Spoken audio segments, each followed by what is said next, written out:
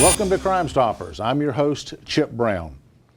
Heartland Crimestoppers is a community-based program designed to help law enforcement solve crimes by providing a way for the public to phone in tips anonymously and receive cash rewards of up to $5,000 for information that leads to an arrest, the recovery of stolen property, or the recovery of illegal drugs. Heartland Crimestoppers is funded through the state of Florida Office of the Attorney General Crimestoppers Trust Fund and through donations from the community. Citizens and local businesses make Crimestoppers work. On today's show, we're welcoming Mike Butler. Mike Butler is the new executive director for Heartland Crimestoppers. And Mike, welcome to the show. Thank you, Chip. Now, you and I have known each other for a number of years and probably have many stories that are best left unsaid. But tell us a little bit about how you ended up from Indiana to Lakeland, Florida. I was with the Indiana State Police at the time, and I was working vice and narcotics, and came to Florida on vacation and saw that they had a ad in the newspaper for Lakeland Police Department recruiting police officers. This was 1974, 75? Yeah, 74. And I went down to the police department with my long hair and earring and beard and told them that I was wanting to apply for a police officer, and they told me they had very high standards at the Lakeland Police Department. And didn't want to talk to me. Well, finally, I got to talk to then Corporal Crow, and also later Sheriff Crow for later Polk County Sheriff's Crow. Office, yes. And I convinced him who I was after showing him proper credentials, and took the test, and ultimately ended up down here, and they told me not to cut my hair or shave my beard, and I went right to work in vice and narcotics, and nobody knew me at the police department. Only a couple people knew me, and I did that for about 3.5 months. Now, I know that kind of came to an abrupt end in the little trip in the back of a police car. Would you tell us a little bit about that story? Yeah, it was about 3:30 in the morning, and I had a old motorcycle that didn't even have a kickstand. I'm going down Florida Avenue, and I'm at Cressup Street, and I see this suspect leaning up against a building. He was in a stealth mode, and he threw a brick through a window, and he went inside, and I laid my motorcycle down on the ground and waited on him to come out. And all I had was a badge and a gun. I didn't have handcuffs or anything else. And I told him I was a Lakeland police officer and he was under arrest, and he kind of laughed. And I put him on the ground, and back in those days we had telephone booths. There was a telephone booth across the street, and I walked across the street dragging him, and I made a call to the Lakeland Police Department and told them that I was Officer Butler and I'd made an off-duty arrest, and they laughed. And you couldn't even call 911 because that was before the 911 system. They didn't have 911, so a good thing I had a dime. What I didn't know is they had an Officer Butler working that night, and they thought I was a renegade confidential informant, and they arrested me and took me to the Lakeland Police Department jail. Thank God they took the other guy also. And about 2 hours later, Andy Yevchek, who was head of vice and narcotics for LPD at the time, come and got me out of jail and said, Monday morning, report to Patrol Division. Duty here's done. So that's how I started. So that was getting the haircut and the beard and getting ready and all that kind of good stuff. Now, you actually come from a family of police officers. Your dad was a police chief, your brother. Tell us a little about your family. Yeah, my dad, he was the actual start of it. He was started as a patrolman in Greenfield, Indiana, and from there worked his way up through the ranks and subsequently became chief of police. And my brother went to work for his department. My brother-in-law went to work for his department, and I didn't want to work for him. so that's when I applied to Indiana State Police and got accepted there. And since that time, I have a niece, 2 nephews, probably a couple others that I'm forgetting that are in law enforcement also. Yeah, well, plus your brother retired from... My brother retired from Lakeland Police Department after, I think, 28 years. Yeah. Now you had what was it, 2.5 years in Indiana, Yeah. and then what? How many? 22 with Lakeland. Yes. Then you retired from Lakeland. Then you spent 15 years with the. Well, with in HUD. between there, I went to work for UNMIC, which was overseas, and I worked in Kosovo during the Kosovo War. Now, this was part of the international policing over there, That's and correct. this was in the 1999 and 2000. in the very early stages, one of the first Correct. They were first still units to fighting go. over there. That's correct. And that was an interesting story. They kind of just dropped you off and said, "Have at it." Yeah. Thinking back on it, we were the ones that failed the psychological exam. But it was very interesting. I wouldn't ever do it again. And we were the first armed group of police officers ever sent to a country to enforce laws. They had other unarmed missions, but we were the first armed mission ever to go. And we were the police department during the war over there. It was pretty nasty. Yeah. So you weren't actually assisting the police department or government agency over there. You were No, entire the law. government of Kosovo had been dissolved. There was no government at all. There was no telephone company. There was no county buildings. There were no anything. Everything was dissolved.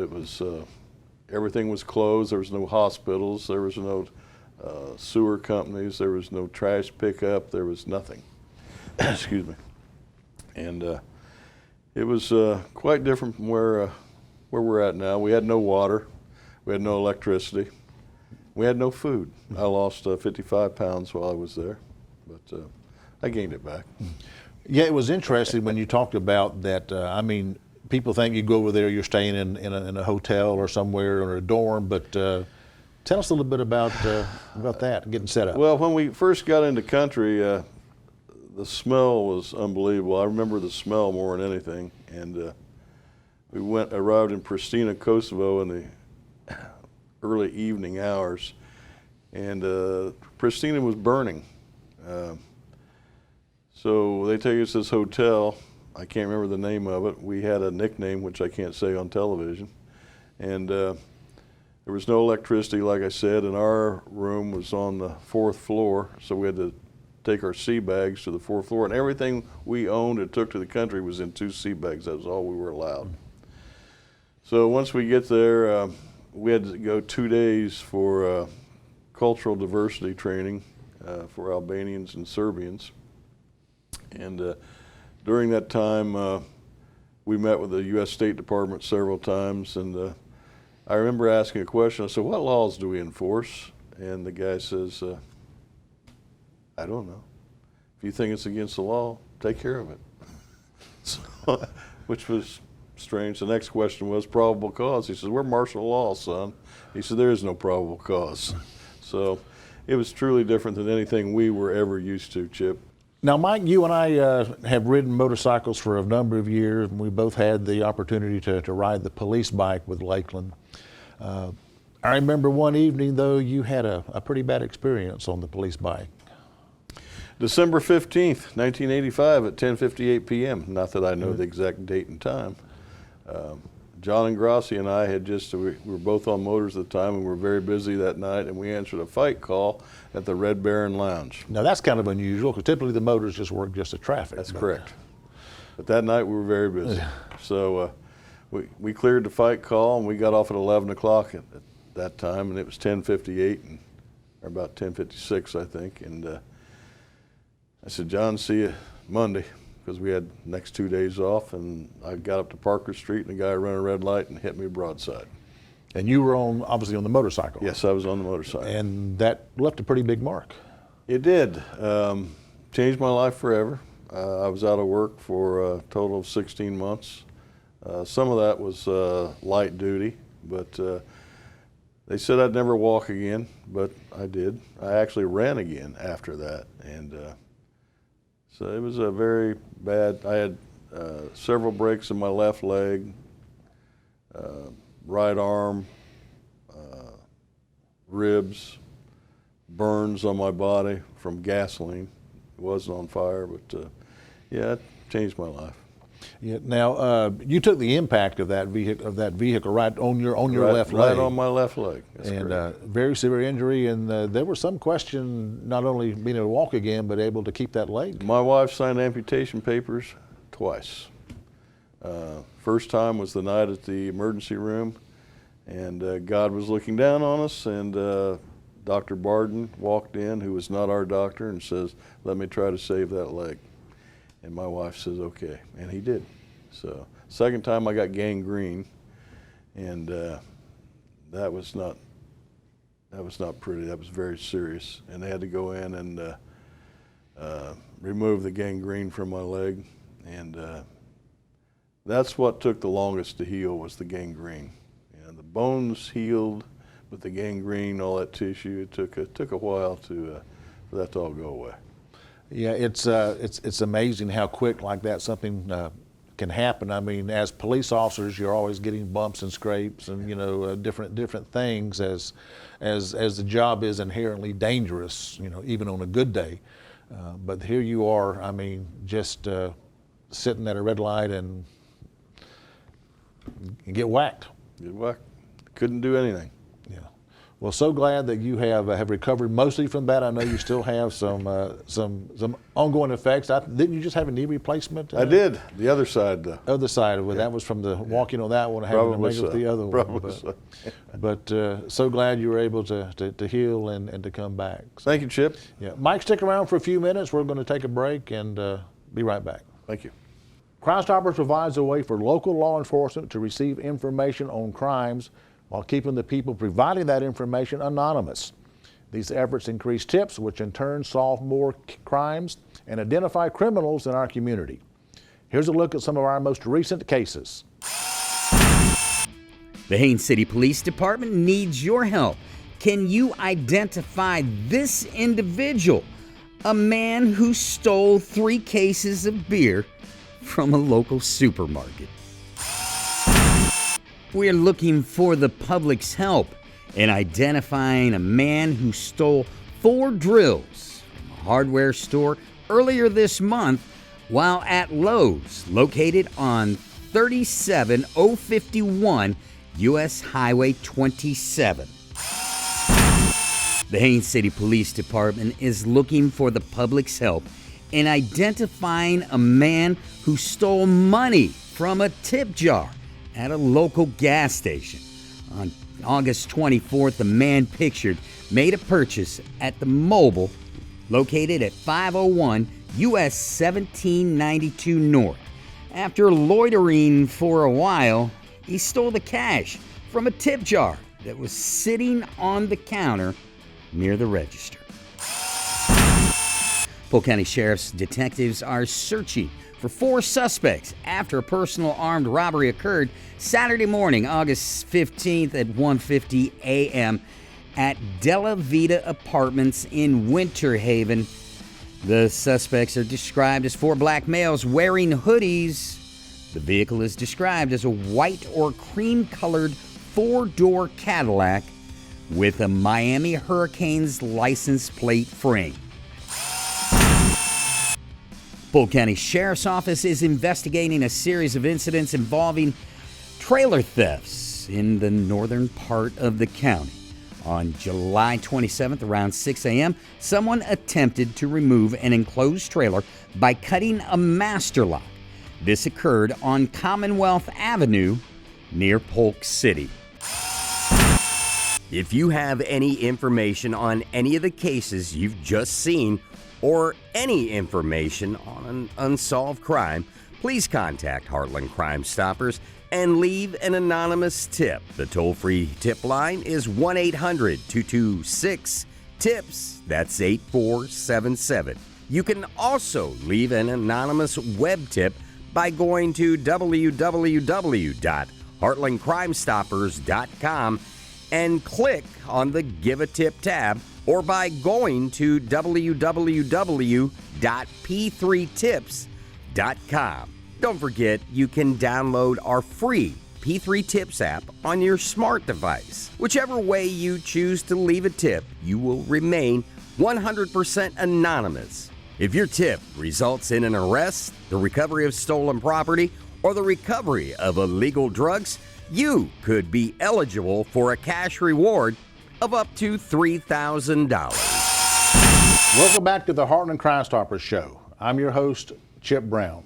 In the studio today is the new executive director for Heartland Crimestoppers, Mike Butler. Mike, welcome back to the show. Good morning, Chip. Well, we have talked a little bit about your history and some of the exciting things that you have done. You had a period of like 17 years. You were actually worked for the housing projects. Yeah, I was I was a fraud investigator in housing, working for HUD. I did that for 17 years. Now that was either what, 10 years in Lakeland? No, it was actually 13 years in Lakeland and right at 5 years in Cocoa. Yeah, and you were commuting back and forth, so you put a lot of miles on your car. I did. Now, what does a fraud investigator do? I mean, I know you're doing background checks Yeah, and things well, like. you got to understand this is Section 8 and public housing, and your rent is based upon your ability to pay your income, and they would fill out their applications, and sometimes their applications were wrong because I guess they didn't think that we checked those things. And in the state of Florida, if you rely on a federal application on income, that's a third-degree felony. So we made a lot of cases. Yeah. Now, I understand you had a pretty decent record with your cases that you took. Never lost a case. That's a pretty good record. That's awful. But we did our homework and make sure everything was right. And we took a case to the prosecutor. It was basically a done deal.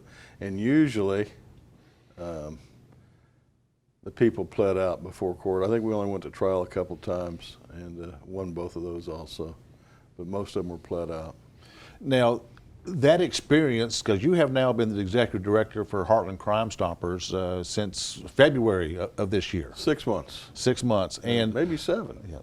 And I'm sure that experience, not only with HUD, but with law enforcement and international policing, I mean, it's kind of amazing how that kind of prepares you for the unexpected in this case, because I'm sure you had an idea what Crimestoppers does. It sounds real easy that, you just, they take tips and it means an arrest, people get money. There's a lot of moving parts to that. There's a lot of moving parts to Crimestoppers, and I was shocked at how it all operated. I mean, you see it on the TV all the time, you see it in the radio or hear it in the radio, and it's Crimestoppers, but you don't know how it works. And for those of you that don't know, if you call the 1-800-226-8477 number, that gets you to a call center. You give your tip on a already reported crime. That then is sent to us or whatever agency handles that particular crime, and we get that to the investigator that is working the case. And it works real well. I guess everybody knows the triple homicide we had last month. We had over 502 tips and a little over 24 hours. Now, that was the one in Frostproof where the 3 fishermen were killed. That's and correct. You got over 500 tips on that. Correct. And I'm sure they ranged the gamut on some of those were really good, and some of them were really strange. Yes, yes. We even had calls from psychics, as you probably are aware of. Yeah. So that was my first experience with that. Yeah. And so many people have the misconception that it has to be profiled on the Crimestoppers webpage, or it has to be seen on maybe the sheriff's office webpage or the police department's webpage. But actually, you'll take tips on any crime or any unsolved crime. That's correct. Do you ever ask the person's name when they call in? I do not. And I mean, that's not, I know it's just, they never ask their name, they never get their name, and they never ask how they know the information. They just take the information and share it, and they stay completely anonymous. Completely. And certainly Crimestoppers can't divulge their name because they don't know their name. That's correct. So, and The rewards just went up a couple of months ago from $3,000 to $5,000, and that typically is on homicides or high-profile murder cases, stuff like that, robberies or serial robberies, different things. But that's quite a big jump. Yeah, our tips range from $100 for very minor stuff to $5,000, as you said. We have several unsolved crimes out there right now that have additional monies from other agencies, range from anywhere from $10,000 to $15,000 right now. So that's a good chunk of change for somebody to give some information and remain anonymous. We really don't want to know who they are because that is what the program is based on keeping people that have valuable information anonymous. So. Because so many people are afraid. There's so much weirdness going on in the world that if they leave information on a drug dealer or on some of the unsolved homicides that we'll talk about in a few minutes, some people have a real fear of being identified or retaliation or what if somebody finds out that I gave information.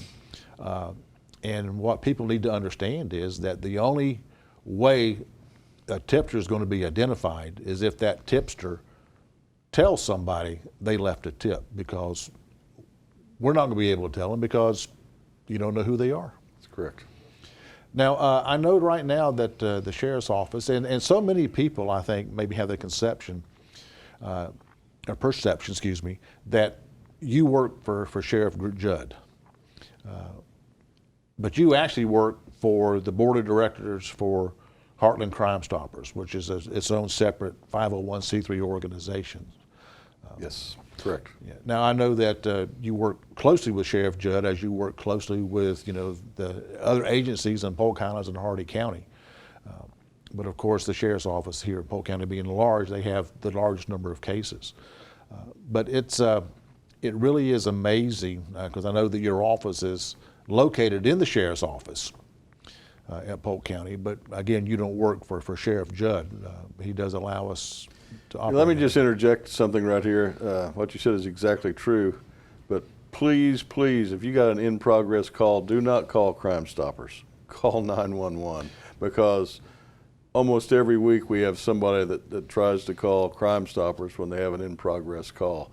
We are not a law enforcement agency. We assist law enforcement. So if you have something happening right in front of you, don't call us. Yes. Call 911 and get a law enforcement officer out there. And then call 1-800-226-8477 and report it.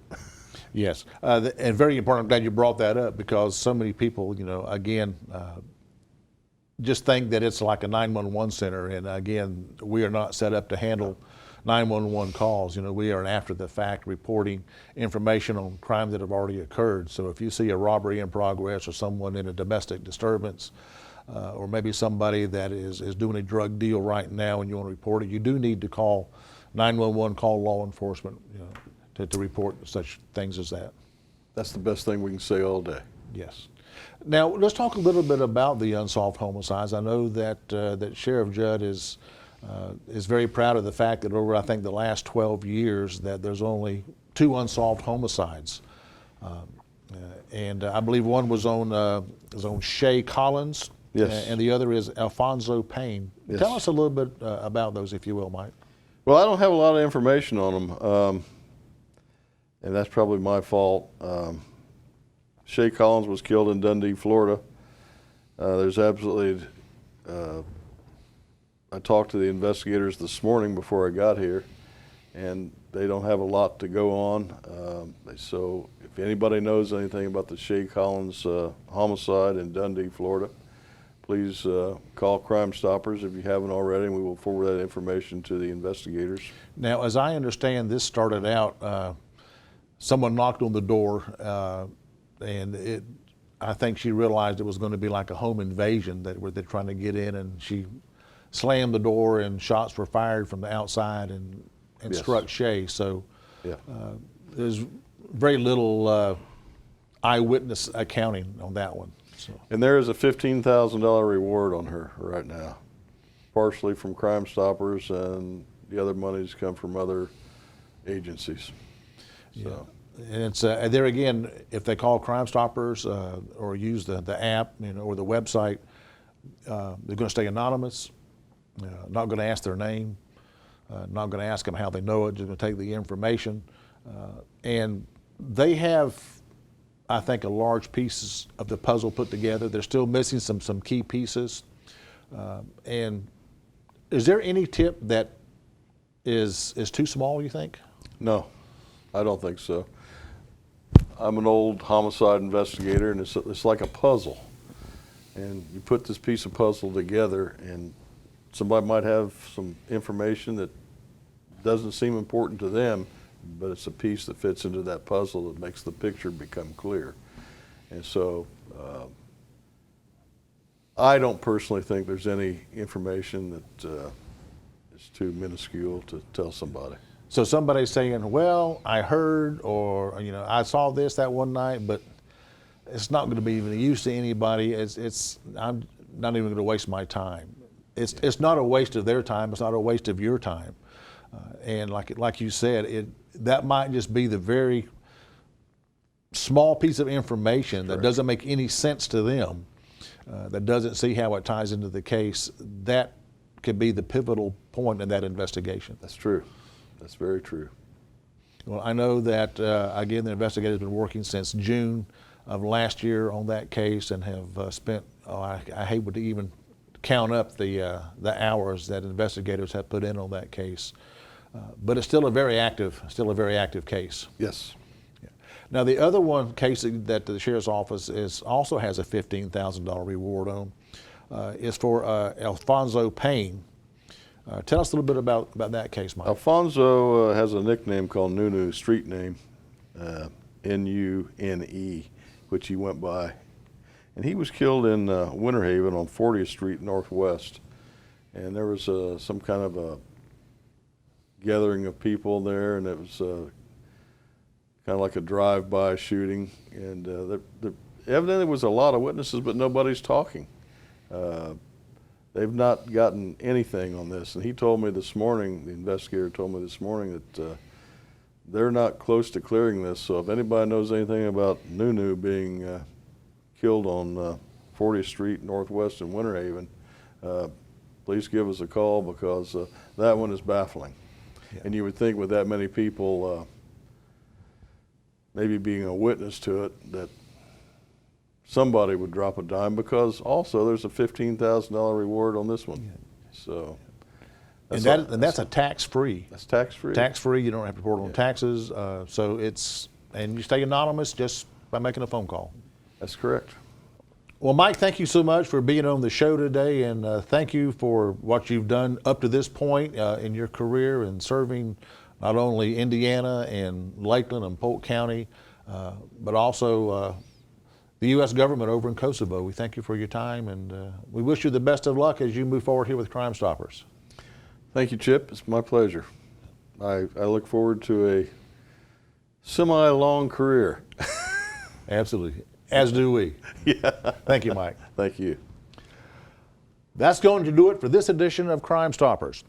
Keep in mind, Heartland Crimestoppers is an organization that helps law enforcement solve crimes through anonymous tips and monetary rewards. It encourages a cooperative partnership between law enforcement, the media, and the community to ensure security and enhance our quality of life here in Polk County. For more information, you can check us out on the web at heartlandcrimestoppers.com or follow us on Facebook at Heartland Crimestoppers, Florida. Until next time, keep in mind, it's a crime, and you can help make sure that they don't get away with it.